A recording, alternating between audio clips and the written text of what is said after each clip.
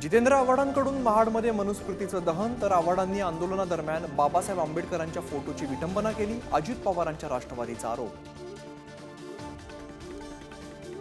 संजय राऊतांना मुख्यमंत्री एकनाथ शिंदेंकडून कायदेशीर नोटीस। दैनिक सामनामधील एका लेखाबाबत नोटीस आल्याची संजय राऊतांची एक्स पोस्ट करत नाही। पुणे पोर्श कार अपघात प्रकरणी ससून रुग्णालयातील डॉक्टर अजय तावरे आणि श्रीहरी हळनोर यांच्यावरती कारवाईचा बडगा। दोघांवरही अल्पवयीन आरोपीच्या ब्लड सॅम्पलमध्ये फेरफार केल्याचा आरोप। पुरावे नष्ट करण्यासाठी डॉक्टर अजय तावरे आणि श्रीहरी हळनोरच्या जीवाला धोका। सुषमा अंधारेंचा आरोप। तर अजय तावरेंनी अनेकांची नावं उघड करण्याचा इशारा दिल्याचाही दावा।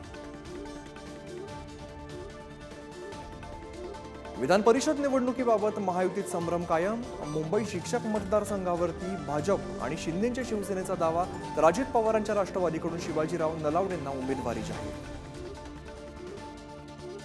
उजनी धरणाने गाठली इतिहासातील निच्चांकी पातळी।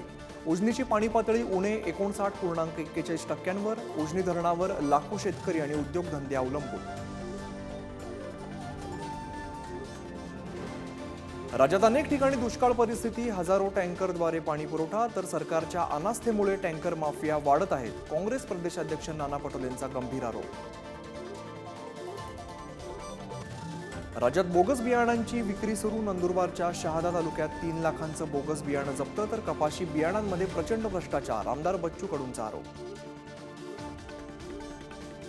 अहमदनगरच्या श्रीरामपूरमधील बनावट गुटख्याचा कारखाना उद्ध्वस्त। स्थानिक गुन्हे शाखेकडून 22 लाखांचा मुद्देमाल जप्त।